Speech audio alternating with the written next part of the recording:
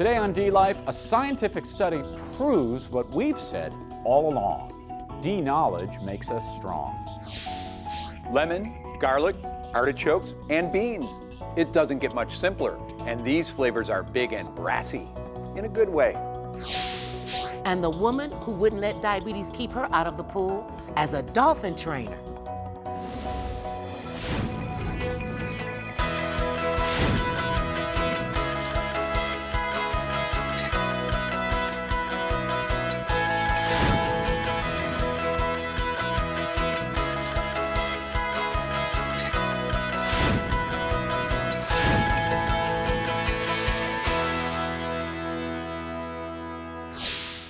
Welcome to DLife, your source for a healthy diabetes life. I'm Benno Schmidt. And I'm Mother Love. From the beginning, DLife was about three things: information, inspiration, and connection with others. And that's the whole idea behind this show and DLife.com. And now an important new study with real patients from one of the most prestigious health systems in America actually proves it. Take a look. In spite of 1 out of 5 healthcare dollars spent on diabetes, the epidemic keeps growing. And the grim statistics around death and complications only get worse. Beyond medication and diet, there is a constant search for practical interventions that will make a real difference in the war against diabetes. And it's clear that just being told what to do doesn't work.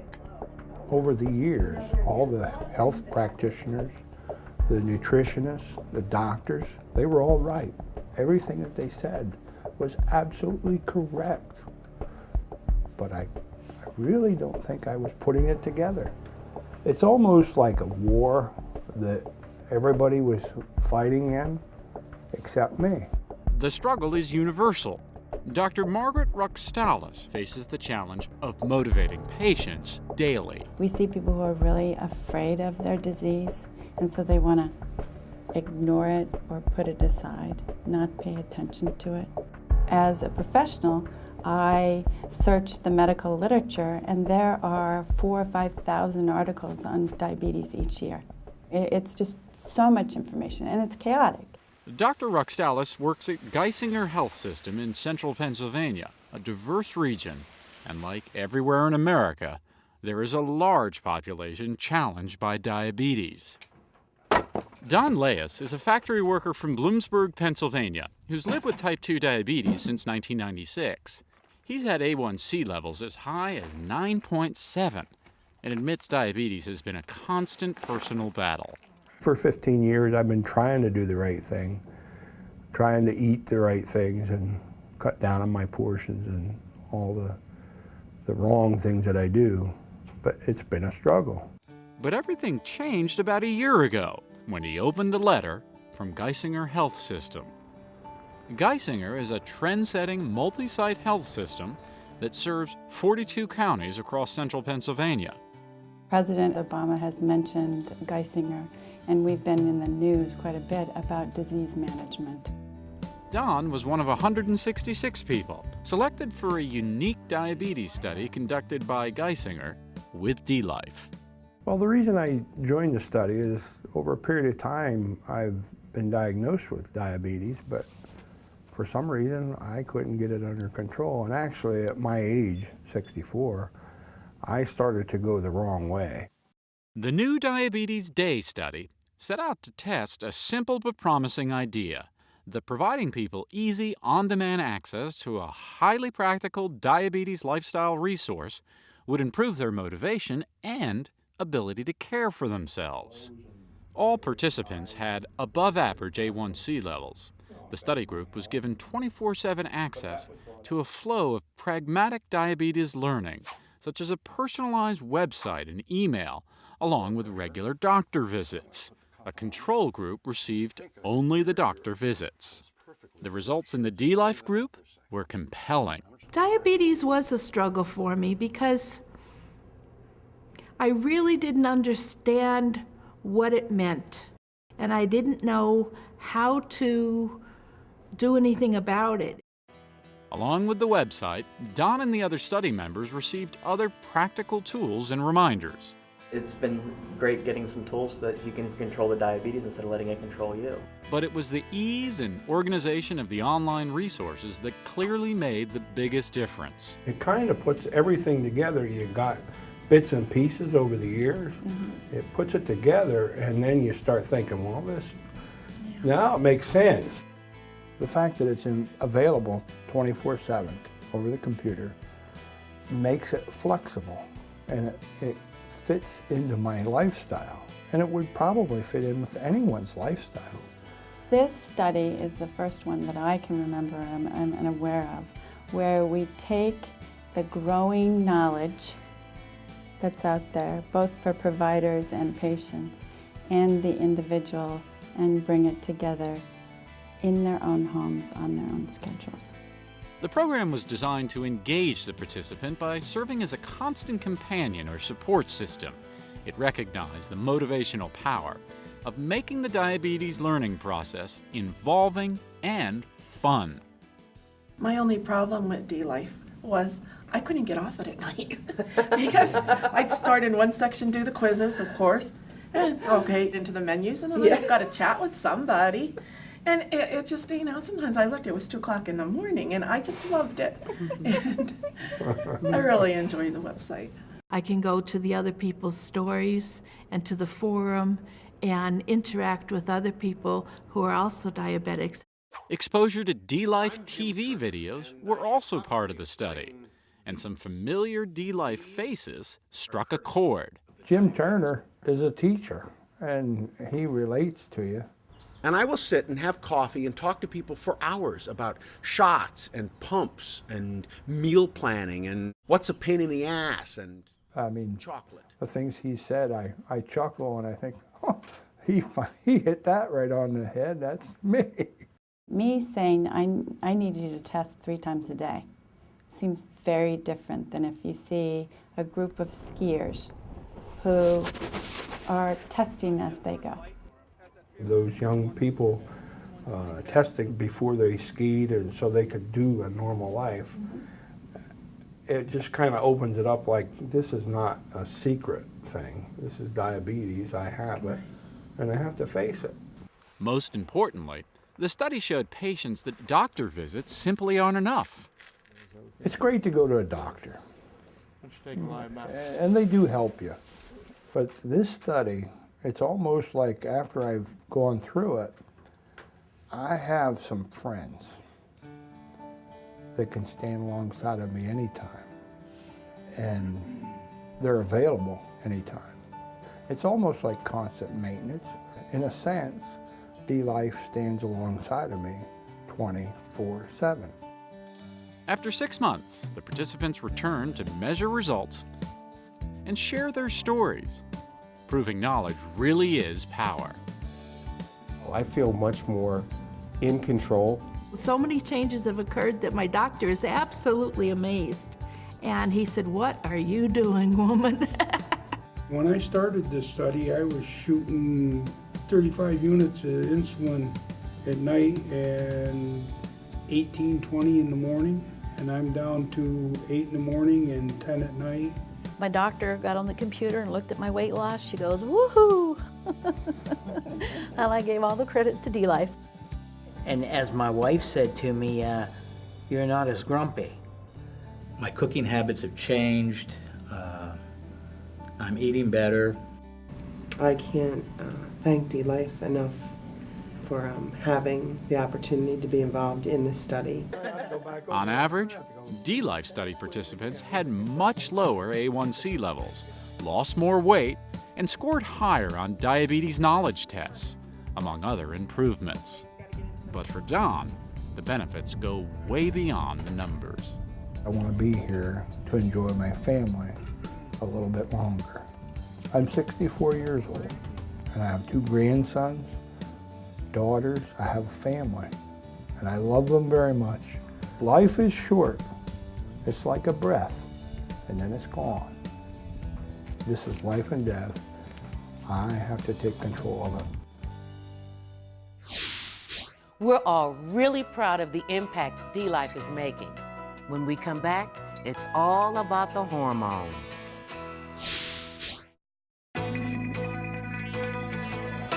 Welcome back to DLife. Diabetes can be a complicated thing to understand, but at the middle of it all are a bunch of hormones. Hormones are the key to both the causes of diabetes and also its treatment. Dr. Martin Abramson, Chief Medical Officer of the Joslin Diabetes Center, explains. A hormone is a chemical that is produced by various organs of the body that travels to different sites of the body to affect important body functions such as growth, development, and so on. In terms of energy metabolism, the important organ here is the pancreas. It produces 3 important hormones. They're located in special islands within the pancreas, the so-called islets of Langerhans. And there are 3 cell types within each islet: the A or alpha cell, which produces a hormone called glucagon; the B beta cell produces insulin; and the D or delta cell produces a hormone called somatostatin. Glucagon, produced by the A or the alpha cell, regulates the amount of glucose that the liver makes to ensure that the body's glucose level does not drop too low. In someone who does not have diabetes, glucagon keeps blood sugar from going too low and insulin levels from going too high. Insulin is secreted from the beta cell to promote the uptake of glucose in the distant cells of the body that use the glucose for energy metabolism. Since its discovery in 1922, insulin has been used by people with type 1 diabetes whose beta cells no longer produce a sufficient amount of insulin. Today, insulin is also a powerful tool for treating people with type 2 diabetes. The other hormones that can be utilized to manage diabetes are derived from certain hormones that are produced by cells in the intestine and stimulates insulin secretion when food enters the stomach. These are what we call incretins, and an example of an incretin is a hormone called GLP-1. A new GLP-1 analog approved for treatment of people with type 2 diabetes is liraglutide, or Victoza. Victoza is injected once daily and controls glucose by stimulating beta cells to secrete insulin to meet rising blood sugar levels after a meal. The GLP-1 analogs, in addition to controlling glucose by stimulating insulin secretion, have a number of other benefits. The analogs also regulate gastric emptying so that food doesn't enter the bloodstream too rapidly. And finally, these analogs also work in the brain to affect appetite. And this leads to an interesting effect of these GLP-1 analogs, which is weight loss. I have a number of people who are taking GLP-1 analogs whose A1Cs were well above 7% and have come down to below 7% and are doing very well on this treatment. There's another hormone that's involved in glucose metabolism, and that's a hormone called amylin. Amylin is also produced by the beta cell, the same cell that produces insulin. Amylin tends to lower the peak rise in glucose and also has some effect on gastric emptying to regulate the rate at which food enters the bloodstream. All of these hormones have to be injected because if given by mouth, they would be destroyed by the digestive juices of the stomach before they would be able to be absorbed to exert an effect. The good news is that the needles used for these injections are small and almost totally painless. Even if people with type 2 diabetes don't fully understand how all of these hormones work, it is appropriate for them to discuss with their physicians the new hormones that are available to treat type 2 diabetes, that can be used either alone or in combination with other medications to manage their diabetes to get them to goal. You can find out even more about hormones and diabetes at DLife.com/hormones. When we come back, something simple and delicious from Chef Michelle in the DLife kitchen.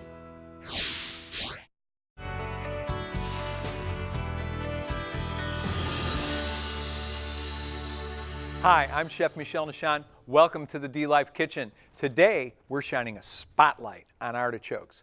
Now, you might vote for spinach and broccoli in the Healthiest Vegetables Award category, but artichokes have more fiber than any other veggie, and they have a rich flavor all their own. Now, the easiest way to do these, there are a couple of ways to pare an artichoke.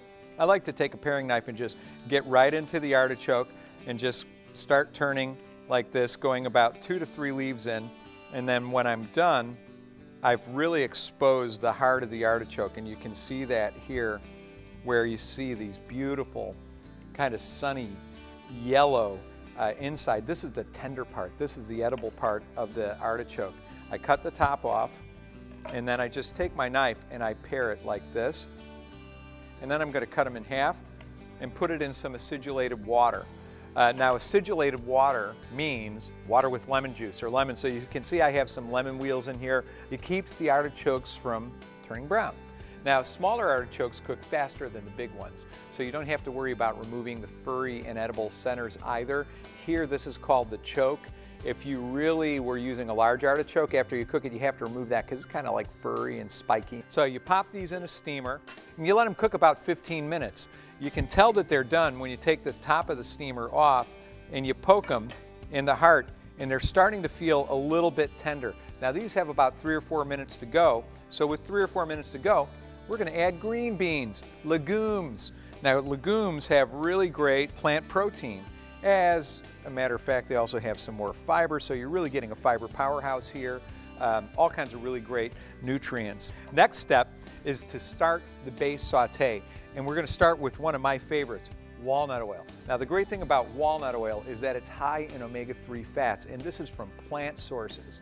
Omega-3s come from other protein like grass-fed beef, and especially from fish like salmon and mackerel, but they also come from plant proteins. Walnut oil, flaxseed oil. Walnut oil has a low flash point, so you don't want to cook it too fast, just nice and gentle. Then I'm adding the garlic, and immediately to the garlic, the red pepper, because garlic has a tendency to burn pretty quickly, and you really don't want the garlic to get any more than golden brown. And now we get to do the next best thing, and that's transfer these perfectly cooked beans and artichokes into the pan and add them to the saute. Now check this out. That looks really great, and you can see that it's colorful. The artichokes are perfectly cooked, so are the beans. After you get a good toss on, you want to add some walnuts. Toss them a little bit so that they have an opportunity to toast a little bit on the bottom of the pan. And then we're going to add a little bit of freshly squeezed lemon juice, just a touch, and then season with a little bit of salt and pepper. That's probably about a teaspoon right there. That's probably about a 1/4 teaspoon right there. You give it a toss, and here you go. Fiber, antioxidant, powerhouse, really super, super wonderful. And these are beautiful smells and flavors like you've never smelled before. And it was easy, wasn't it? Now you can find this recipe and thousands more like it at DLife.com/recipe box. Try one out this week and then be sure to go back to the website, give it a review. I'm Chef Michel Nishan. See you next time in the DLife Kitchen.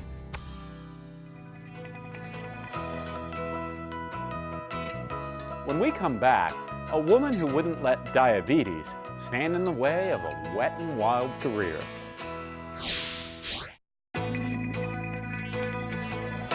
Welcome back to DLife. Over the years, we've shown you amazing people managing their diabetes in some unexpected places, from the top of Mount Everest to the Baja Desert and everywhere in between. Let's take a look back at one of our favorites, dolphin trainer Robin Cox.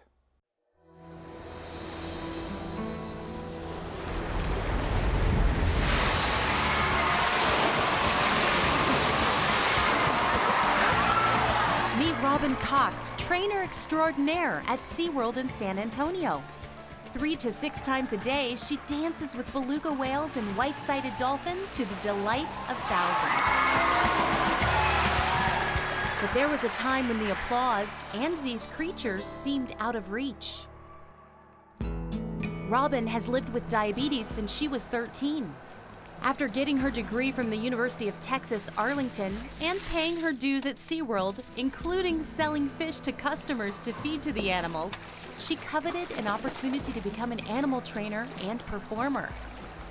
But to do that, she needed to demonstrate to the park's doctors that she could scuba dive safely. Scuba diving is one of those things that you have to have your certification in order to get a job as an animal trainer. And there's a lot of places that will not certify diabetics.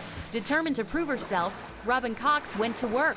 I got on the computer right away and searched about diabetics diving, and the particular doctor that I spoke with specialized in coming up with programs to actually make it safe for diabetics to dive. She found a doctor who outlined a regimen for her that would ultimately prove she could reliably manage the demands of scuba diving and her diabetes. I had to do certain things as far as eat a certain time before I dive, check my blood sugar multiple times before I dive, take less insulin before I dive, and just not go down for too long. Be willing to come up and check my blood sugar again to make sure I didn't go low.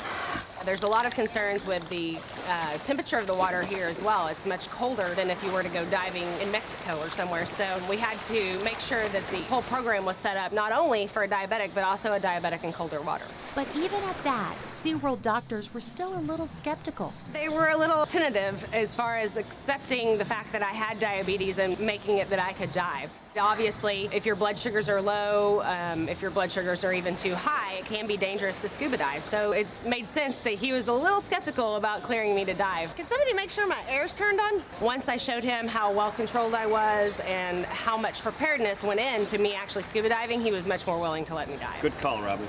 I never would have guessed that this is where I would be. It's exactly where I wanted to be, but I never would have guessed that I would have been able to accomplish it. And I just set my mind to it, and I'm so glad I did, because it's been a great ride.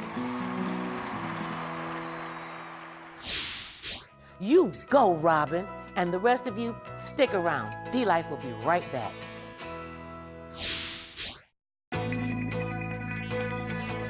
That's all for this edition of DLife. Thank you for watching. And remember, you can watch hundreds of current and past DLife segments anytime you want at our website, DLife.com. We'd also love to hear from you. Visit us at DLife.com/feedback to share your comments and story ideas. Remember, tomorrow is a new Diabetes Day. We'll see you next week.